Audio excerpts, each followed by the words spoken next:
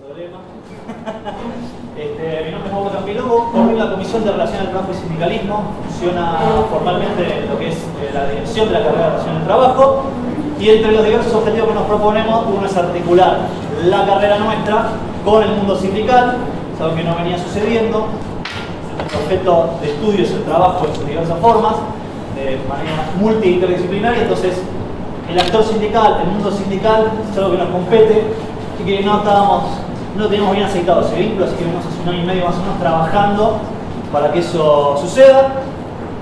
Ocurrió este hecho lamentable, en realidad, que son este borrador, o en realidad ya esta presentación del proyecto de reforma laboral, lo cual nos ha obligado, este contexto, a estar a la altura y hacer una serie de jornadas para poner en debate, o más que en debate, un poco muy en oposición a lo que se ha presentado.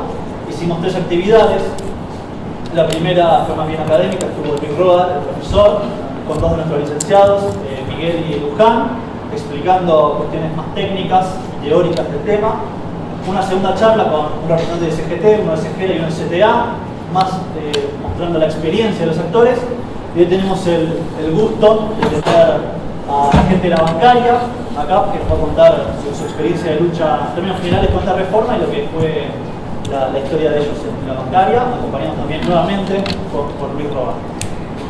No lo voy a molestar porque Sergio tiene que retirarse más o menos temprano, no tenemos tanto tiempo, así que los dejo con ellos. Muchas gracias a todos por haber venido. Bueno, ¿qué tal? Buenas tardes. Como bien dijo su compañero, primero le queremos agradecer la invitación de estar acá en esta cátedra de Relaciones de Trabajo, estando aparte coordinado por Luis Roa, con quien desde el ámbito sindical nos hemos encontrado en talleres justamente de convenciones colectivas de trabajo, trabajando justamente para el sector de mujeres, así que siempre estamos haciendo diferentes actividades juntos. Siempre se equivoca, Roa, actividades con mujeres. Por eso, así que él lo dice porque así a mí me motiva, así nos tratamos nosotros. Primero lo que quiero decir que estamos apoyando este paro no docente, por eso cuando Valeria, que quiero agradecer a Valeria Acevedo que hizo, por ahí estamos, esta invitación. Lo primero que le manifestamos, tanto Sergio como yo, que no íbamos a hacer ningún rompehuelga, tal cual lo dijo el compañero, porque nosotros privilegiamos la defensa de todos los trabajadores y trabajadoras, así que nos tenemos que arreglar y agradecemos que la facultad esté abierta porque si no hubiéramos cambiado de día. Primero está la defensa de los compañeros. Dicho esto, como bien les dijo, Sergio se tiene que retirar porque tiene otros compromisos. Brevemente a lo que nos convocaron, que es la lucha de los bancarios en cuanto al tema de la reforma laboral. Me voy a presentar, soy Alejandra Estuso, la secretaria general de la seccional Buenos Aires, de la bancaria, y en ese sentido lo que les puedo decir desde el lugar de bancaria, que esta reforma laboral que hoy estamos debatiendo y que es un punto de agenda prioritario e importante cuando el gobierno nos lo puso después de las elecciones del 22 de octubre, en el ámbito financiero nosotros empezamos a vivir primero una lucha con las resoluciones del Banco Central, que van concatenadas con esta reforma laboral que hoy vemos. Nosotros de lucha, bueno, empezamos con este gobierno 65 días de acampe, justamente con decisiones de despidos de compañeros del Banco Central, que por acá alguno veo que está también sentado, reincorporado, así que más que hablar, acá tenemos los hechos concretos. Pero lo que les quiero comentar es esto para tener una idea de lo que nos pasa en el ámbito bancario. Las resoluciones del Banco Central, que empezaron en junio del año pasado con una resolución madre, que es la 5983, lo que define es la desarticulación del trabajo bancario, comenzando con tercerizaciones y con dar trabajo que corresponde a nuestro ámbito a trabajadores que no están encuadrados dentro de los bancarios. Esto, si bien, como todos sabemos, en todas las actividades es una lucha permanente en las tercerizaciones, hoy de hecho este paro viene por tercerizaciones, las normas del Banco Central son las que estructuran qué es la tarea bancaria y además también quiénes tenemos que estar dentro de la actividad bancaria. Esta serie de regularizaciones, como por ejemplo lo que teníamos hasta hace un año que la carga de los cajeros tenían que ser o con las empresas de caudales por la seguridad que eso implica, pero siempre con un idóneo y con un trabajador bancario, a partir de esta resolución le daba ese trabajo a trabajadores que no estaban encuadrados dentro de nuestra actividad. Con lo cual, eso obviamente lleva, primero, trabajadores que no saben qué es lo que se tiene que manejar el dinero. Además, también dejaba los numerarios también en manos de estos locales comerciales y, por otro lado, también les permitían que esos numerarios sean utilizados para esos negocios y manipulados en horarios que no estén en el público también por este personal no apto. Obviamente nosotros, a través de nuestro secretario general, compañero Palazzo, y lo que es la estructura gremial, estamos en contra de estas situaciones, pero hay una realidad que las resoluciones que emana el Banco Central son las que regulan la actividad. Esto está en contra de la Carta Orgánica del Banco Central, esto se está en contra de las leyes que tienen que regir el sistema financiero, pero pese a todo eso se arman estos tipos de resoluciones. También otra cuestión que a nosotros nos afecta es el tema de que le permitan abrir sucursales sin aprobación, como era antes del Banco Central, con expresa aprobación del directorio del Banco Central. Hoy, con una simple nota que se presenta en las entidades del sistema financiero, cualquier banco puede presentar para abrir una sucursal. Y yo les voy a ejemplos. Este año el de HBC cerró 5 sucursales, con esta cuestión que iba a abrir 5 nuevas. Ahora la pregunta es, ¿dónde cierran las sucursales y dónde abren las nuevas? Las sucursales que cierra es el lugar donde los trabajadores en su mayoría no se pueden trasladar, porque son únicas las sucursales, porque los radios son muy largos, sobre todo en el interior de nuestro país. ¿Y a dónde van a abrir estas sucursales? Sí, en lugares como la provincia de Buenos Aires. ¿En qué lugar? Nordelta. En la capital federal, en Recoleta, en Barrio Norte, en Belgrano R. Ese es el cambio que hace. Claramente esta resolución, además, lo que saca es el equilibrio que se tenía hasta ese momento, por la cual el Banco Central tenía que equiparar, si un banco abría, que también tuviera lugares donde llegara el servicio del sistema financiero. Con esto, ¿qué les quiero decir? Claro que nosotros estamos alerta, claro que estamos viendo las reformas que también ahora se van a consustanciar con una ley laboral, porque uno de los temas que nosotros también debatíamos, cómo el Banco Central intervenía en cuestiones que son estrictamente laborales, de los derechos de los trabajadores. Eso es un poco el marco, porque es muy larga la resolución, no le voy a decir toda la resolución, un poco el marco y algunas de las cuestiones donde, para que ustedes vean cómo en cada actividad se va metiendo este tema de reforma laboral.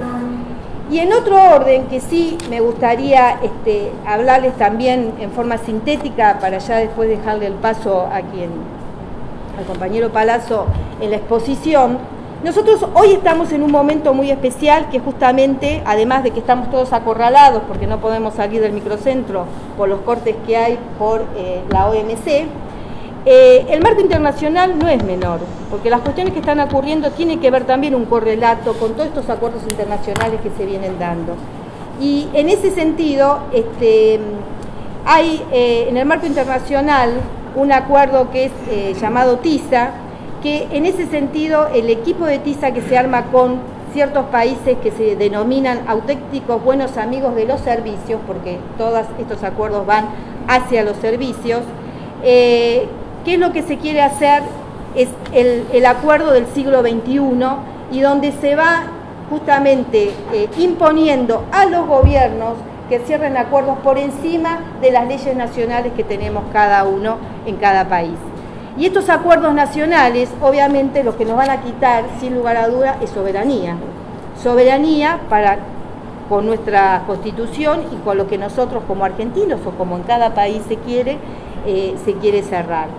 Y en ese sentido, cada vez que se están reuniendo, como pasa ahora, de los cuales casualmente nuestro país por primera vez impide que lleguen 64 miembros de diferentes ONG, pertenecientes a 19 ONG, justamente quienes están en contra de estos acuerdos y los que quieren decir qué es lo que nos va a llevar con nuestros acuerdos. ¿A qué nos van a llevar? a querer que no tengamos más fronteras y que los países de afuera tengan exactamente los mismos privilegios, entre comillas, o los mismos derechos, como si estuviéramos trabajando acá. Y eso nos lleva más que a la tercerización, a las deslocalizaciones de los trabajos y a la pauperización claramente de los salarios de cada actividad. Porque si con esos acuerdos se va a permitir que un trabajo que acá tiene derechos, tiene convenciones, tiene una organización gremial que los defiende, a competir con trabajadores que nada de eso se tiene, claramente sabemos a qué camino vamos. En definitiva, la riqueza y el poder empresarial se concentran en la punta de la pirámide, sin ningún tipo de responsabilidad social. Eso es lo que traen los acuerdos. Las protecciones para los trabajadores y trabajadoras y la sindicalización son considerados obstáculos.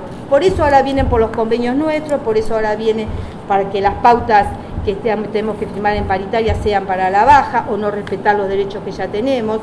Y por eso, no por nada, hoy en nuestro país, la urgencia y lo que este gobierno quiere instalar son las reformas previsionales, laborales y fiscales. Todos estos acuerdos obviamente nos conllevan a una nivelación para abajo de los trabajadores. También quiero hacer una salvedad o hablar especialmente cómo nos va a afectar también a las mujeres, ¿no? A las mujeres nos va a afectar mucho más que a los hombres, porque se va a agudizar más la falta de oportunidades, las desigualdades en las brechas salariales y obviamente todo este contexto que seguimos viviendo de violencia de género cuando no nos dan las categorías, cuando no podemos acceder a lugares de decisión, porque van a pauperizar todas estas cuestiones también cuando las mujeres necesitamos seguir teniendo nuestros puestos de trabajo, sin que hablar las que somos jefas de familia.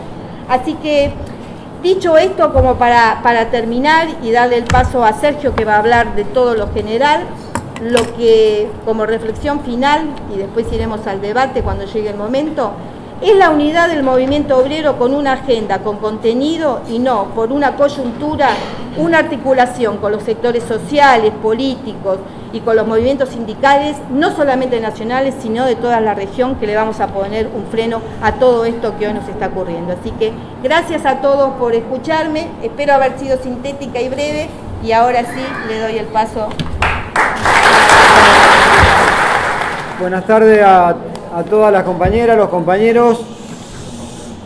En primer lugar quiero agradecerles la invitación a esta charla, a este debate, que sin duda en tiempos de silencios mediáticos de quienes pensamos distinto a las ponencias y a los proyectos del gobierno, siempre es saludable y bienvenido sea que sea en este ámbito universitario. Lo segundo, expresar nuestra solidaridad con los trabajadores que están llevando adelante este conflicto y como dijo Alejandro y como lo dijo recién el compañero cuando hizo la presentación, la idea nuestra era no actuar de rompehuelga, por eso sin micrófono, sin nada, me parece bien que lo llevemos adelante y expresar la solidaridad con los trabajadores que están luchando.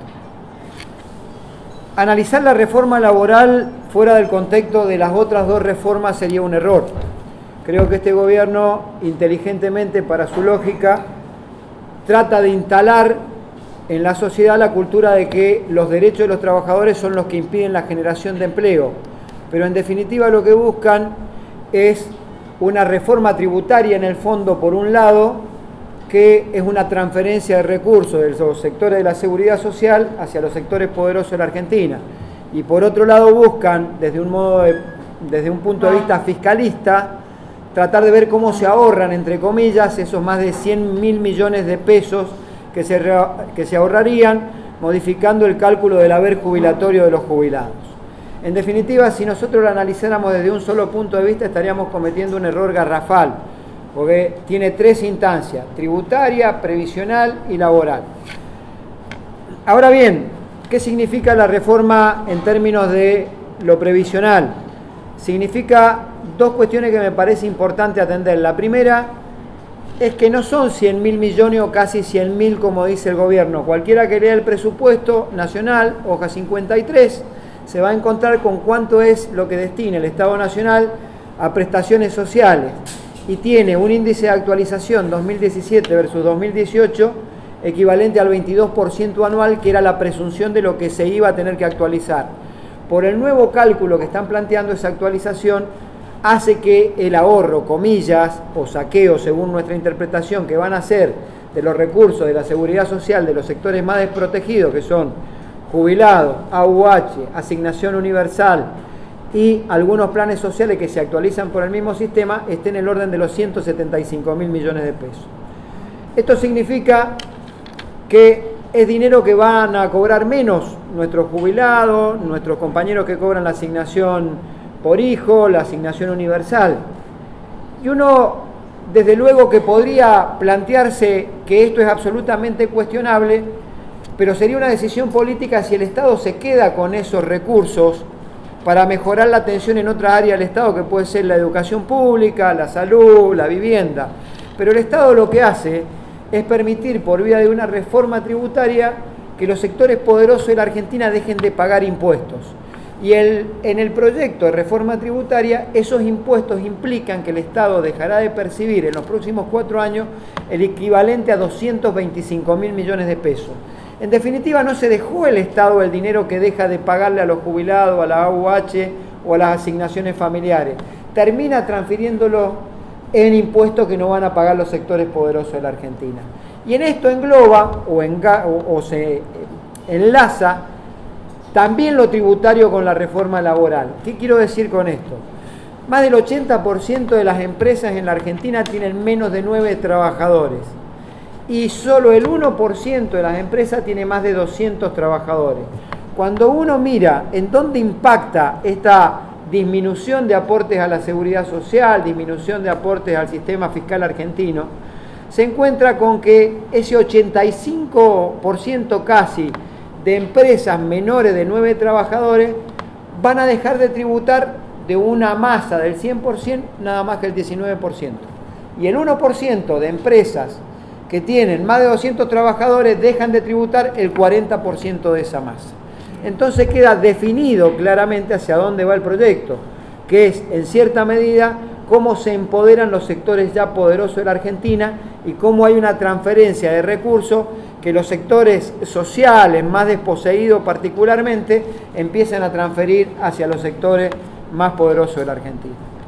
¿Cuál es el argumento? Denomínese vulgarmente la zanahoria que ponen delante, y que este tipo de políticas acompañadas con un blanqueo van a generar trabajo en la Argentina y que por vía del volumen de este blanqueo de más trabajadores se puede recuperar esa porción de dinero que el fisco va a dejar de percibir y que transfiere hacia los sectores poderosos. No hay experiencia en el mundo que puedan acreditar que la baja de impuestos y la quita de derechos implica mejorar la situación de empleo.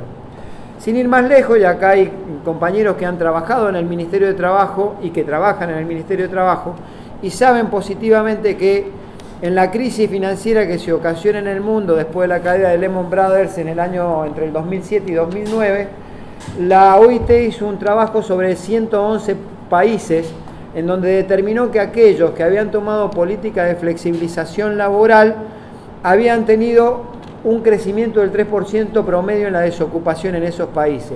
Y los países que habían tenido políticas de protección al empleo en el medio de la crisis habían logrado sostener su nivel de empleo. Si quieren tomar no como ejemplo esto, sino el país que resulta paradigma para el neoliberalismo o los gobiernos procapitalistas que están pululando por la región en estos tiempos políticos, siempre toman de ejemplo Perú. Y Perú disminuyó sus impuestos al trabajo, comillas, como ellos lo denominan, y hoy la tasa de impositiva sobre lo que se denomina impuestos al trabajo es el 17% y la marginalidad creció al 50%. Si no les gusta, miren la reforma turca. La reforma turca es más o menos lo que hicieron acá, copiar y pegar. Son poco ingeniosos los muchachos y cuando eliminan impuestos en sueldos hasta 12.000 pesos que se hace cargo el Estado, es lo mismo que la reforma turca, nada más que allá en lugar de decir pesos, dice euros o dólares, no me acuerdo bien qué dice.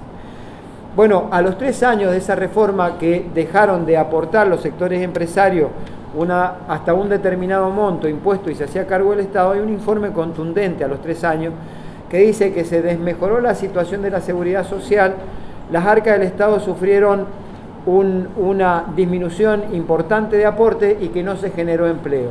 Uno preguntará quién hizo el informe, Stiglitzer, algún socialdemócrata, algún economista progresista. No, se lo dijo el Banco Mundial y se lo dijo el Fondo Monetario Internacional. Si quieren otro ejemplo, tomen el de sus propias políticas impulsadas en la Argentina. Un correlato con esto de transferencia de recursos de los sectores que menos tienen a los sectores más poderosos de la Argentina implicó cuando entre sus primeras decisiones el presidente de la Nación decidió quitar las retenciones a los granos en la Argentina, la disminución progresiva en la soja y la disminución de impuestos en las mineras. En las mineras, después de la disminución de impuestos no se generó empleo. Si uno toma el rubro, ingresa en el CIPE y toma el rubro minería, petróleo y gas, va a encontrarse con que hay 8.000 puestos de trabajo menos. Y si toma la referencia de lo que fue la disminución, la quita de retención a los granos y disminución a la soja, y uno agarra el CIPA, solo se generaron 1.000 empleos, o 1.000 y algo de empleos. Si toma que producto de haberle disminuido una carga impositiva sobre el excedente, casi el 35%, iba a haber disminución de precio, tampoco. Es el año donde la inflación fue del 40%. Y si uno toma que iban a generar inversión y toma la inversión en términos netos de dólares, es la misma inversión que se venía realizando hasta el 2015. ¿Esto qué es lo que quiero significar? Que no hay generación de empleo espontánea o por arte de magia o porque se disminuyen impuestos. Y particularmente con una clase empresaria argentina, por lo menos la burguesía nacional, que se ha caracterizado porque cada vez que el Estado intervino para darle algún tipo de privilegio, ese privilegio no lo usaron para hacer un crecimiento de la economía que generara empleo y mejorara la calidad de vida de los trabajadores, lo hicieron para mejorar su tasa de rentabilidad. Y es esto en definitiva lo que se busca con este trípode de reformas que busca el Estado. Adentrándonos en lo que es la reforma laboral específicamente, el derecho laboral o los derechos sociales en la Argentina tienen una protección constitucional a partir del 14 bis de la Constitución sancionado en la Constituyente del 57, que proviene de recuperar o de recopilar lo que fue el constitucionalismo social del 49 y que tiene un pecado original, claro está, el 57, esa reforma constitucional, porque es la proscripción del peronismo. Pecado original que es subsanado con la reforma del 94, en donde todos los partidos políticos ratifican el 14 bis de la Constitución, donde figura una serie de derechos sociales. Ahora bien, uno mira el proyecto de ley que envió el ministro de Trabajo de la Nación al Parlamento y se encuentra con que sustenta su introducción sobre el artículo 75, inciso 19, de lo que habla puntualmente es de la productividad de la economía. Es decir, cambia el eje central de tomar la economía como si fuera, de tomar el trabajo como si fuera una mercancía. Pareciera ser que se están perdiendo las encíclicas o los llamados del Papa Francisco en materia de que no debe considerarse el trabajo como una mercancía, particularmente su última carta, esta que tanta polémica trajo cuando estaba el triunvirato allá, luego de su acuerdo para la sanción de esta ley. Qué pena que el gobierno no mire el inciso 22 del mismo artículo 75 de la Constitución Nacional, que expresa la adhesión de Argentina a los pactos internacionales y le da rango constitucional a partir de la Constituyente del 94, porque ¿qué dice ese artículo 22? Que todos estos pactos internacionales cobran raigambre por encima de las leyes nacionales, y en esos pactos internacionales figura lo que se denomina la progresividad del derecho, y en definitiva cuando uno ataca de este modo la legislación laboral para que los trabajadores tengan menos derechos, lo que está haciendo es una regresión del derecho y no progresividad del derecho. Si uno tuviera que tener un concepto de lo que es la Constitución y el respeto en materia de derechos sociales, diría que equivocaron el camino estos muchachos o estos funcionarios de gobierno. Cuando uno los raspa y lo ve ideológicamente lo que piensan, llega a la conclusión de que están en el camino que ellos se han trazado. Quizá nosotros tengamos una percepción de lo que sea el constitucionalismo social y ellos en realidad lo que tienen muy presente es el derecho de propiedad y no otra cosa a la hora de determinar su política. Ahora bien, yo tengo profundas diferencias y por ahí para los que no conocen, nosotros como asociación bancaria integramos un espacio dentro de la CGT que decidió no aceptar cargos en la estructura orgánica de la CGT porque entendíamos que el movimiento obrero tenía que tener un programa primero y segundo tenía que tener la vocación de confrontar con este tipo de políticas. Pero seguimos y damos el debate dentro de la CGT. En ese marco de ser parte de la CGT quiero expresarles mi profundo rechazo a el acuerdo que le ha dado el triunvirato y esa denominada mesa chica de la CGT a esta reforma laboral.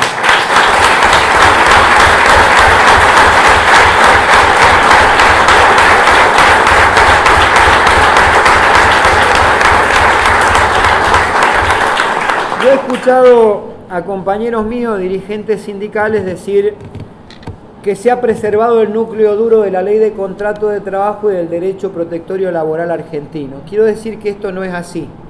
Y quisiera pensar que quienes lo expresan desde el movimiento obrero tienen un supino desconocimiento e ignorancia de lo que hablan, porque sería el mejor de los casos, porque si no debería pensar que tienen mala fe y están mintiendo. ¿Y por qué lo digo? Porque sí afecta el derecho protectorio laboral argentino esta reforma.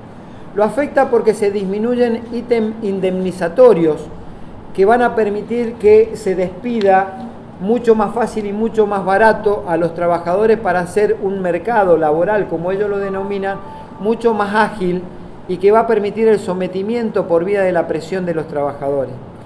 Ustedes saben que una herencia que nos dejaron las políticas de los 90 en materia de orden del derecho del trabajo es la volatilidad del salario a partir de muchos sistemas de producción o de adicionales por producción que quedaron enquistados dentro de lo que son los salarios de los trabajadores. Y hoy hay una porción importante que todavía perdura, que tiene que ver con lo variable, tiene que ver con bonus, tiene que ver con la toma del aguinaldo al efecto indemnizatorio, tiene que ver con los premios, todas cosas que van a quedar afuera de los rubros indemnizatorios. Si bien el decreto 392 del año, creo que es 2002, corregime, vos estabas en esa época en el ministerio, 2003, el decreto 392 que habilitó el sistema paritario en la Argentina nuevamente nos permitió reacomodar e ir quitando porciones de lo que era sueldo volátil y transformarlo en sueldo negociado en paritaria con escalafones y derechos. Lo menos cierto es que todavía queda una porción de esa parte salarial que debe estar entre el orden del 20-25% de un salario de un trabajador que está atado a estas variables. A partir de ahora eso no se considera dentro de los rubros indemnizatorios. Segundo punto, la ley 24.003 en su artículo 8, 9 y 10 establecía con mucha claridad que cuando había un trabajador en negro tenía derecho a percibir a modo indemnizatorio una multa que se le aplicaba al trabajador toda vez que se acreditaba su condición de trabajador dependiente y no de un trabajador en negro. Estas multas equivalían hasta el 25% del valor de una indemnización y la percibía el trabajador. Esto se pierde, se desafecta y hoy pasa a ser una multa que simplemente la percibe los organismos de la seguridad social, creo que particularmente lo hace el ANSES. Con lo cual, el trabajador, que es quien está sometido a la indignidad de que lo tengan trabajando sin seguridad social, sin ningún tipo de derecho, va a dejar de percibir a partir de la sanción de esta ley ese resarcimiento económico que tenía que ver con el daño producido al trabajador. Y lo va a pasar a percibir el ANSES o alguno de los organismos de la seguridad social. También eliminan del registro de infractores aquellos empresarios que hubieran cometido este delito, porque es un delito, este delito de tener trabajadores en negro.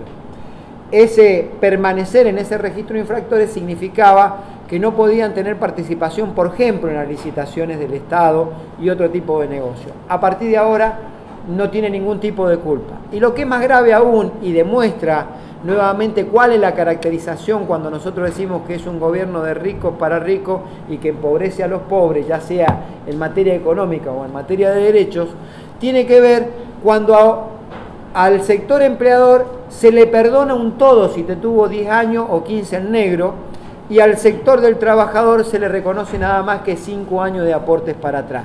Esto demuestra con claridad hacia dónde apunta la reforma, que es a favorecer a los sectores poderosos de la Argentina en detrimento precisamente de los sectores más desprotegidos de la Argentina.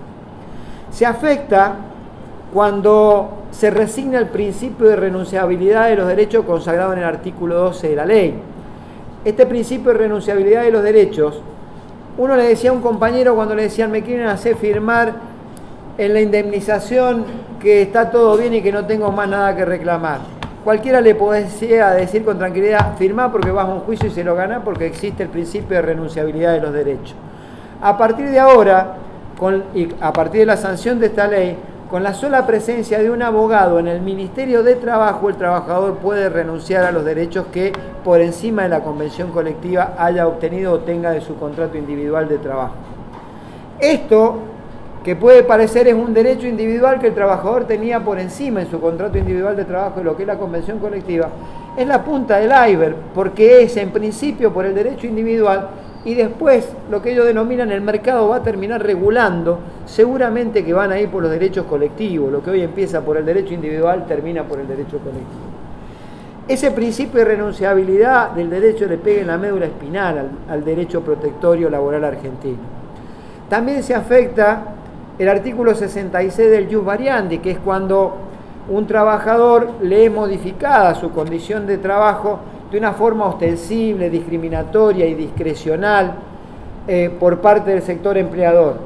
Antes tenía la posibilidad de hacer una acción y a partir de la acción no te podían modificar tus condiciones de trabajo hasta que no se pidiera la autoridad de aplicación respecto de que si esto era correcto o no correcto, si reunía los requisitos precisamente de que no era una cuestión discriminatoria y que era un abuso de poder, de la funcionalidad o la necesidad funcional de la empresa de hacerlo y de preservar la indemnidad del trabajador de que no se viera afectado su derecho. Ahora no es más así.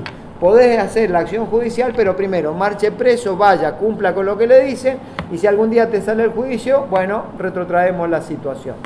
Estas situaciones modifican el artículo 66 o el espíritu del artículo 66 de la Ley de Contrato de Trabajo.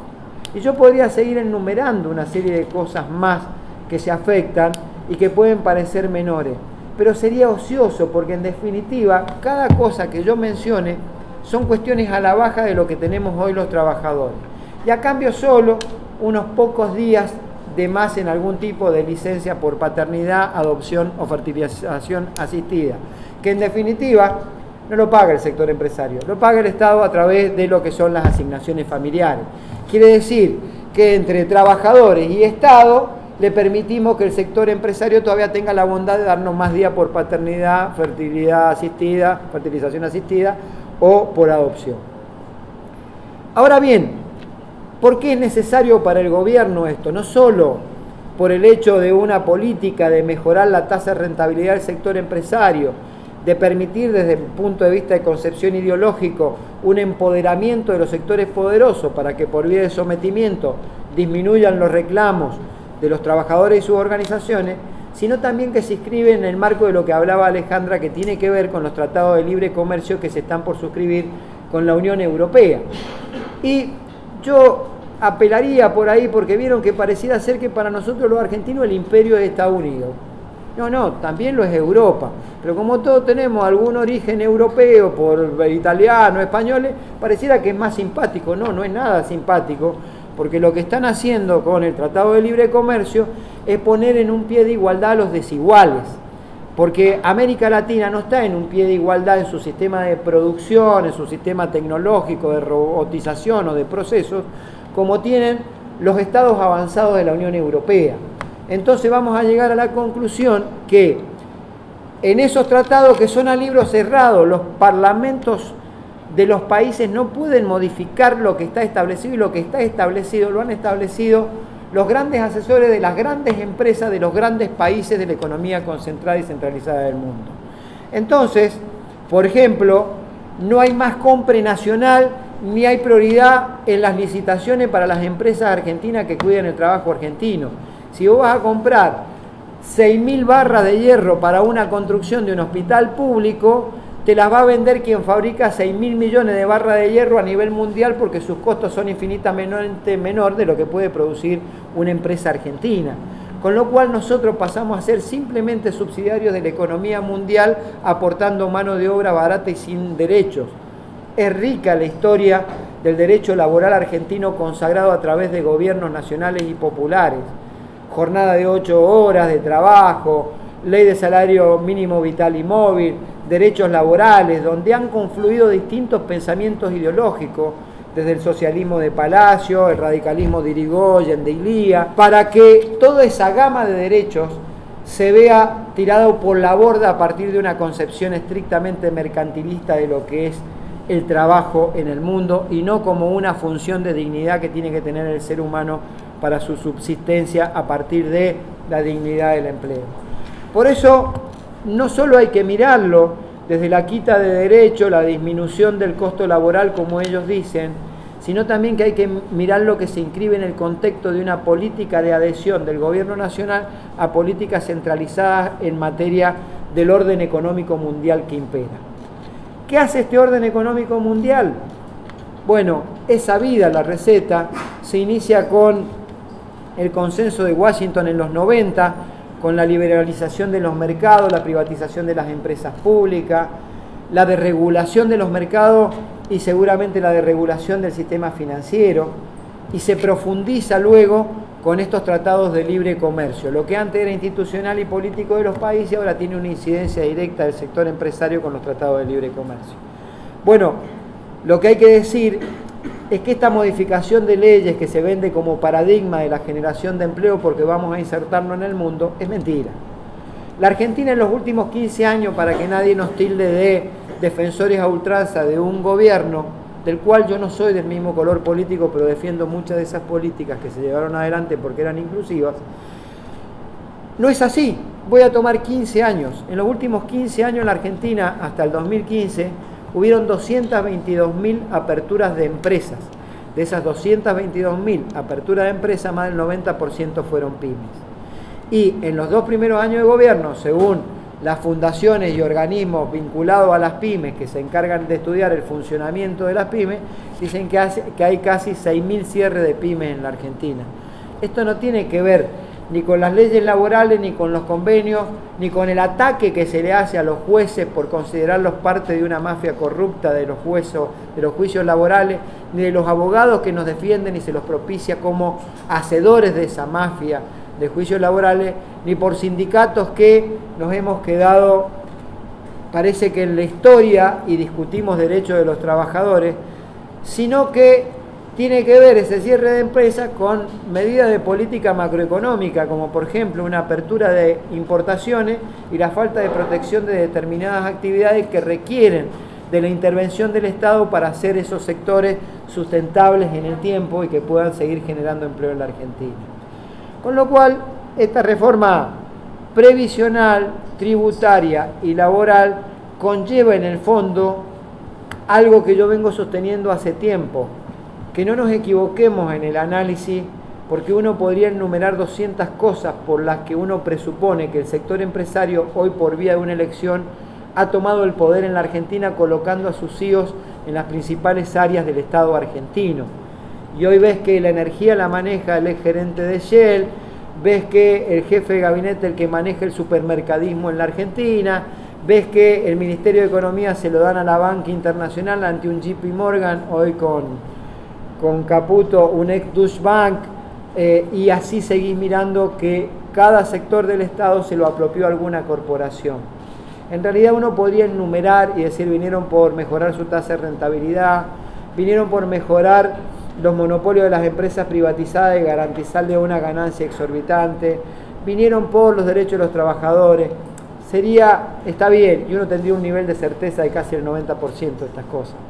Pero uno lo que tiene que entender es que vinieron a recuperar el empoderamiento. Esto es lo que han venido a recuperar. El empoderamiento que antes tenían organizaciones sociales, organizaciones sindicales e inclusive organizaciones políticas, porque si hay un mérito tanto del gobierno de Alfonsín como el de Néstor Kirchner, es que recuperaron la política para la sociedad como instrumento para mejorarle la vida a los argentinos y como la definición para resolver los problemas de la Argentina. Los problemas de la Argentina no los resuelve el mercado, no los resuelven las grandes empresas ni los resuelven las políticas económicas. Es la política la que resuelve la asignación de recursos para saber si hay más o menos pobre en un país, para saber si hay más o menos educación, para saber si hay más o menos salud pública en la Argentina. Por eso digo que vinieron a recuperar ese empoderamiento. ¿Y para qué lo recuperan?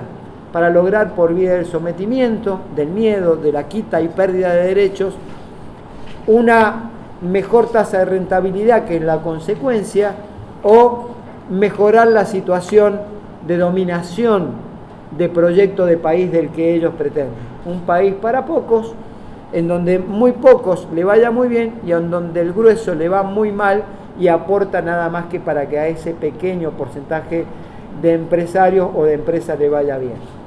Yo culminaría diciendo que dos cosas, ¿no?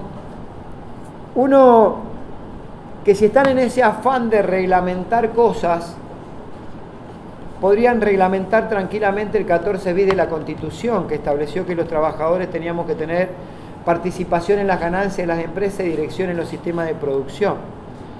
Porque si hay una deuda que con los trabajadores tiene la democracia, es que desde el año 57 está vigente ese artículo y aún no se reglamenta. Imagínense si hubiera tenido el mismo criterio el Parlamento argentino y no hubiera reglamentado el derecho de propiedad. La presión que ejercen las corporaciones hubiera dado por tierra con cualquier sistema democrático y por vía de facto hubieran impuesto la reglamentación del derecho de propiedad. Solamente a los trabajadores no les reglamentan el 14 bis de la Constitución. Segunda cuestión, dicen que por el lado del blanqueo lo que se hace es generar empleo porque el problema en la Argentina es la informalidad. ¿Sabe cómo se resuelve el problema de la informalidad? Muy fácil. Que el Ministerio de Trabajo cumpla con su rol que tiene que cumplir, que es controlar, inspeccionar, multar y obligar a que se corrijan las irregularidades en la ley. Y si quieren discutir una reforma tributaria, la reforma tributaria no tiene que ser regresiva. Sacarle a los que menos tienen, son como Hood Robin, ¿no? Le sacan a los que menos tienen para los que más tienen, es al revés acá. ¿Quiere una reforma tributaria? Discutámosla en serio. Significan lo que le van a extraer al sector social de la Argentina casi 7.700 millones de dólares que van a dejar de pagar. Y por la renta financiera que van a aplicar, van a percibir solamente 1.100 millones en el mejor de los casos. Esa es la ecuación. Los sectores más desposeídos de la Argentina aportan 7.700 millones de dólares y los sectores que especulan solo aportan 1.100, en el mejor de los casos. Y 1.100 porque lo llevan a un límite de 1.400.000 pesos el depósito. 1.400.000 pesos es un compañero laburante que a lo mejor consiguió en toda su vida vender un departamento para comprarse una casa y va a terminar pagando, porque son menos de 100.000 dólares, 1.400.000 pesos. Y hoy un departamento vale 100.000 dólares en cualquier departamento que uno busque. Por lo menos. Claro, sin embargo vemos que los grandes importes que hay en el sistema financiero argentino, que son de capacidad ociosa, no digo aquellos que reinvierten, sino los que son capacidad ociosa, siguen pagando o no pagan lo que deberían pagar en materia impositiva. Los sectores mineros, ¿ustedes saben cómo se paga impuesto la minería en la Argentina? Por lo que declara el minero. Miren, saqué 200.000 toneladas, de las cuales 198.000 son barro, y las otras 2.000 tengo un pedacito de cobre, un pedacito de plata y un pedacito de oro, y sobre eso liquida. No hay ningún tipo de control del Estado. Controlen, muchachos, en una vez se están llevando mucho más oro, plata, aluminio y cosas caras que por las que están tributando. Es decir, una reforma tributaria que tienda a que paguen quienes más tienen, no quienes menos tienen. Creo que esa es la discusión y que en definitiva entiendan que el impuesto a las ganancias sobre los salarios no es un impuesto que favorezca la recaudación, porque el impuesto a las ganancias sobre el salario lo que quita es dinero del consumo del mercado interno y el 70% del PBI en la Argentina es mercado interno. Y vos al que le sacás el impuesto a la ganancia, no está consumiendo. Si vos lo volcás, tiene un efecto multiplicador, no solo en la economía, en la generación de empleo, sino también en la recaudación fiscal. Esto, ¿por qué lo digo? Porque me parece que es un tiempo de inflexión en la Argentina. Hay momentos en donde uno puede discutir con gobiernos con los que puede tener acuerdos desde el punto de vista del ideario político o no, pero que tienen una historia surgida de movimientos populares, y uno puede pelearse o no con el radicalismo histórico de Irigoyen, de Alem, de Alfonsín, de Iriga, y puede pelearse y tener acuerdo, puede pelearse con el kirchnerismo, a nosotros nos ha pasado, porque era una puja distributiva lo que discutía. Puede pelearse con gobiernos de otros espacios políticos como el socialismo. Pero cuando es la derecha y con una concepción tan clara como la que están expresando en sus proyectos, uno no tiene matices sobre los que transitar para un acuerdo. O se es blanco o se es negro. Y este gobierno avanza hasta donde lo dejen que avance.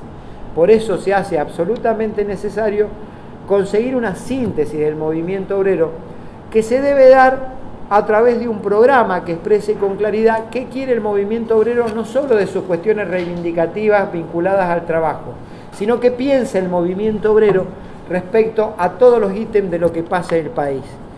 Cualquier sociedad se maneja en su agenda por lo que hace el sector empresario, que es el capital, los estados que regulan, y está bien que genere agenda el Estado porque votamos para que así sea, y debería ser por lo que genera el sector del trabajo. Acá está ausente el movimiento obrero de generar su propia agenda.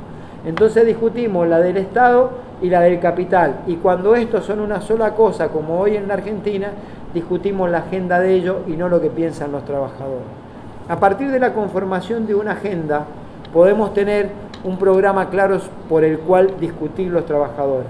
Inclusive, desde el punto de vista político, es hasta más fácil después que desde el movimiento obrero se exprese adhesión a un candidato de un determinado partido político, y no que terminemos apoyando un candidato por la rosca partidario porque sea el menos malo o el mal menor, sino porque lo apoyamos porque exprese un programa que el movimiento obrero necesita, quiere y se hace imprescindible en una discusión de una sociedad moderna y progresista. Concluyo diciendo que de regulación de los mercados financieros, libre comercio sin ningún tipo de intervención del Estado, proceso de flexibilización y transferencia de recursos hacia los sectores más poderosos auguran un muy mal camino, que si uno le agrega un endeudamiento que va a condicionar por generaciones a la Argentina, no hace más que generar un caldo de cultivo que puede hacer este país bastante insoportable dentro de muy poco tiempo, cuando ya no haya más financiamiento externo. Porque está claro que hay una decisión geopolítica en el mundo, y particularmente en materia financiera, de acompañar los procesos de desplazamiento de gobiernos populares en la región por gobierno procapitalista, financiando el déficit para que no haya, digamos, maremotos sociales en estos países. Pero a partir de la consolidación política de esos espacios de derechas en la región, seguramente el financiamiento externo va a finalizar y le van a pedir más ajuste del que ya hay, y cuando ese ajuste se produzca, seguramente van a haber conflictos sociales bastante complicados, porque en ese nivel de conflicto social es la grieta más grande que se ha producido en este último tiempo en la Argentina, y no es la grieta política, que está bien que la haya porque existe desde el propio día de la independencia en 1816 en la Argentina, que esa grieta es entre los que nos quieren oprimir y los que no queremos que nos opriman. Aquí se ha zanjado y profundizado la grieta más dura que tiene que resolver la democracia, que es entre los argentinos que comen y los que no comen. Muchas gracias. Muchas gracias, Alejandra. Muchas gracias a todo el grupo de la bancaria que nos acompaña hoy. Me parece que dar cuenta de alguna manera de lo que han sido estos 13 encuentros en que hemos denominado la posición, o dar cuenta de nuestra posición ante la reforma laboral, creo que de modo congruente, concordante, tanto en el primero, en el segundo como en el tercer encuentro, creo que la posición es clara de nuestra posición, de nuestro lugar en contra de la reforma laboral. No es simplemente un ante la reforma laboral, sino estar en contra de algo que deliberadamente va contra los derechos humanos básicos fundamentales, contra los derechos de los trabajadores, que no son más ni menos que derechos humanos. Es importante el planteo que hace hoy la bancaria en la voz fundamentalmente del compañero Palazzo,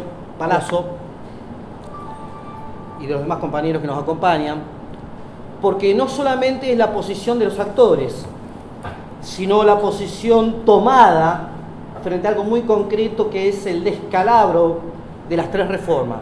Que como bien dice Sergio, las tres reformas no son un plural, sino un singular, un hilo conductor. Hace algún tiempo que venimos, años diría yo, debatiendo sobre la flexibilidad laboral. Y recuerdo aquellas palabras de Tomás Salafranca, un gallego, y era gallego, que en 1985 decía que la flexibilidad laboral busca como punto determinante modificar la correlación de fuerzas entre el capital y el trabajo. Del mismo modo me acuerdo, estos debates que hemos tenido ya, porque parece que tenemos un déjà vu de 20 años, de vuelta vuelve todo, y por suerte algo aprendimos, que empezaron a analizar el neoliberalismo como un proyecto económico. Y creo que me parece interesante lo que hoy plantea la bancaria, con la figura determinante de Palazzo aquí, es que el neoliberalismo, mucho más que un proyecto económico, el neoliberalismo formatea nuestras vidas, formatea nuestro sentido común, formatea la política, vaciándola. Aquellos que denostaron eternamente la política hoy quieren resignificarla, darle una centralidad en clave de CEO, en clave gerencial, en clave de mercado. Esa política que precisamente es la clave de nuestra democracia es la que está resignificando el neoliberalismo, y en eso es un proyecto mucho más intenso que un mero proyecto económico. Por eso la flexibilidad laboral ocupa un lugar. Por eso formatear la correlación de fuerzas entre capital y trabajo ocupa un lugar determinante. Quiero agregar algo que, insisto, el otro día lo estaba escuchando a Palazzo en otro lugar, en la Asociación de Abogados de Buenos Aires, y es que la reforma laboral de algún modo ya se está produciendo de algún tiempo, porque ya han ido contra los sindicatos. Este es el gobierno que escandalosamente tiene la mayor cantidad de sindicatos, intervenidos en la etapa postdictadura. Es el gobierno que tiene menor cantidad de sindicatos reconocidos, sindicatos inscriptos reconocidos, con una escandalosa disposición como la del otro día, de la Dirección Nacional de Asociaciones Sindicales, yendo a la cacería de 500 sindicatos. Este es el gobierno que ha mutilado la negociación colectiva. Es importante que hoy la bancaria esté acá, porque ha sido testigo de un episodio cruento como lo fue la pretensión de no querer homologar aquello que las partes han decidido que así sea, como fue el acuerdo del año pasado. De este año. Pasan las cosas tan rápidamente. No quiero olvidarme también lo de la paritaria nacional docente, la mutilación de la negociación colectiva. Y no quiero olvidarme algo más, que cuando en defensa del Estado de Derecho, en defensa de la aplicación racional y razonable de las leyes, los jueces de la nación respaldaron la posición de la bancaria, fueron perseguidos con el juicio político, como el caso de Marino y Arechiver. Y no quiero dejar de olvidar que, en el mismo sentido, una jueza de la nación puso lo que había que poner, diciendo que había que cumplir una ley, la 26.075, y convocar a la paritaria nacional docente. Y se la persiguió. Y se puso en juego su carrera judicial. Y no quiero dejar de decir que esa misma abogada, esa misma jueza de la nación, perdió su vida hace tan pocas horas, tan solo hace 7 días, amargada por haber dado todo por la causa de los trabajadores. No quiero dejar esta oportunidad para acordarme de Dora Eva Temis,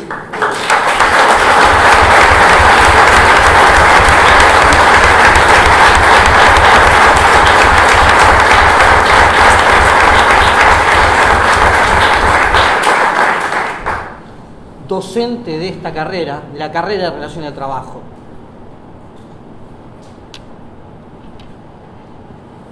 Sucedió lo que tenía que suceder cuando alguien es fiel a sus convicciones. Esta reforma laboral avanza cuando se quiere cercenar el derecho de huelga, Cuando ahí el otro poder del Estado, que es un solo poder, el poder económico, el poder judicial disfrazado de Corte Suprema, dicta un fallo como Orellano y dice que solamente pueden hacer huelga los sindicatos con personería gremial y los simplemente inscriptos, no las comisiones internas, no los colectivos aún organizados, no los sindicatos de formación. Hay reforma laboral cuando se persigue, como dije recién, a los jueces de la nación, que son perseguidos por la aplicación razonable y racional del derecho. Y hay reforma laboral cuando se persigue a los abogados. No quiero dejar de pasar otro gran homenaje, porque hace muy pocas horas acaba de dejar de ser diputado de la Nación, durante 12 años, dignamente, don Héctor Pedro Recalde.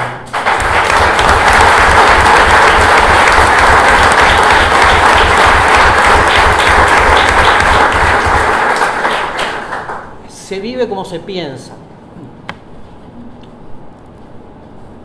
Se sostiene con el lomo lo que se dice con el pico, por eso me acuerdo de Dora, por eso me acuerdo de Héctor, por eso están aquí los compañeros de la bancaria.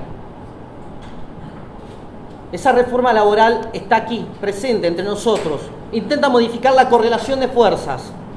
Es lo primero. No vienen por nosotros, ya vinieron. Está la segunda parte. Y como decían el otro día en un encuentro de juventud, se viene otra parte más. Porque se viene a ir por cada uno de nuestros convenios colectivos, sector por sector, convenio por convenio, disciplinándonos. El diario La Nación hace 8 días decía, no es suficiente. ¿Por qué darle pelota al diario La Nación? Porque el diario La Nación fue el que anunció la reforma laboral el 26 de julio del año pasado.